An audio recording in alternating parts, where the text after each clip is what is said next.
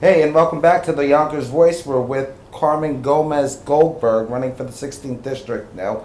Carmen is an independent, successful, motivated Hispanic woman who brings 20 years of business, career in government affairs. She's dedicated her life to public service. And Carmen, welcome to the show. You're running for the 16th district. This particular seat is very interesting. You have a few people running. What qualifies you to run this position?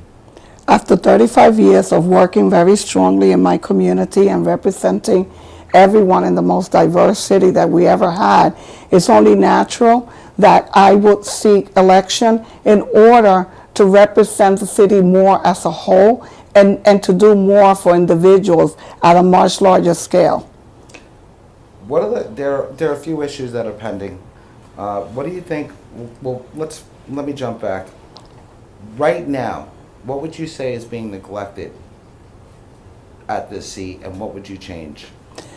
Well, I can't say that the seat has been neglected because, as you know, this is a seat that Ken Jenkins had, and he was very good in the community. What I'm hoping to do is build upon what he has already created. What I'm looking to do is actually represent the community as a whole, because as you know, this district is the most diverse district out of all of them. It's a third, and a third. So basically, I want to be the voice for all. I want to be able to actually represent the entire community as a whole, okay, making sure that they have a strong voice at the county legislator's office. We were discussing a couple issues before we got on camera. One was senior citizens. What's the issue with this, and how are you going to effectuate change? What are you going to do differently than Ken Jenkins has? As I knock on doors, especially Current Court and Central Avenue and Tuckahoe Road, and I talk to the seniors, they feel like they lost their voice of having their senior representative at the county legislator, and being with so many issues that they have. And a lot of the issues are more of assisted living, and some of the concerns that they have are not being addressed. Me as a senior coming into this race, I want to do more for them because we cannot neglect our senior citizens in this city. We need to have a voice that could speak for them. And hopefully we could do that as we continue to open our lines of communication. Can you give us an example of how they feel they lost their voice?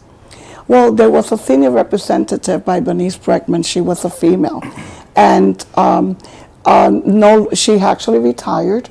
And now there's another legislator that was elected, but he's a much younger age, and it is a male. So they lost one female seat, so they're hoping that they could get another female seat and a senior to represent them. We also discussed something along the lines of cutbacks in services. Can you touch base with the community on what services have been cut back on, and what are you planning to do to change it? As you know, budgets are extremely difficult. Sometimes you have to make tough decisions. Some of the tough decisions that were made was some cutback in daycare centers for parents who work. This day and age, you gotta work. You have to have two jobs. And parents need daycare centers in order to have their children being looked after while they're at work. Some of these parents work check to check. It's not as easy as people think. So what I want to do is look at the services that were cut or that impending cuts and see how we could reach across the aisle and make decisions in order to help these parents so they could get to work, earn a living, and improve their quality of life. So bringing more child care? Bringing more child care. Something that you will work on. There was an issue that's an epidemic across the country, opioids. Tell me a little bit about how you feel when it comes to this epidemic and what you feel you can do to change. Decisions on the opioid epidemic, and I know that the county started to address some of them. However, no parent should bury their child, and no sister should bury their brother, and no uncle should bury their nephew. And I feel that that it's that gray line sometimes that we have to look at and see how we can make more resourceful, more policy making into helping these people, even if it's for referral, whatever it takes that we have to do.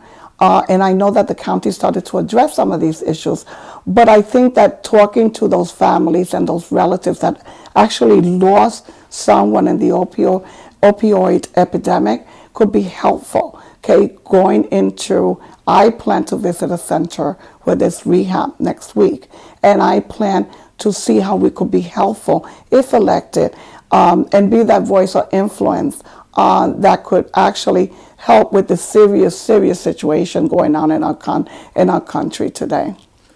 Are there any other issues that you might feel that's prevalent to discuss on camera with the community at this point that you really want to touch base on?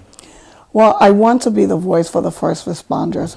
I do believe that if you have a strong first responders team, you could have a great city because people need to feel safe in their homes. And there are people, first responders go out to work every day, and there is to do their job, protect the people, but to remember to come home to their family safe and sound. And I do plan on looking how we could be more effective to help them grow, to help them become much stronger, to help them actually deal with sensitive issues in the community that needs to be dealt with, but at the same time to assure and guarantee their safety. Carmen Gomez Goldberg, we wish you a lot of luck. We'll be following you on the campaign trail. Folks, it's very important to know that Carmen has been around for over 20 years. She's a founding member of the 100 Hispanic Women of Westchester, a member of the Hispanic Advisory Board for the Board of Elections, and has been around. I want to thank everybody for joining us here at the Yonkers Voice. Thank you, Yonkers Voice. Thank you so much for giving me a platform to actually address my constituents and know that I will be there. I stand in great shoulders of many others, and I do expect to be a voice and a greater voice for my community. We wish you a lot of luck, and folks, we'll see you again.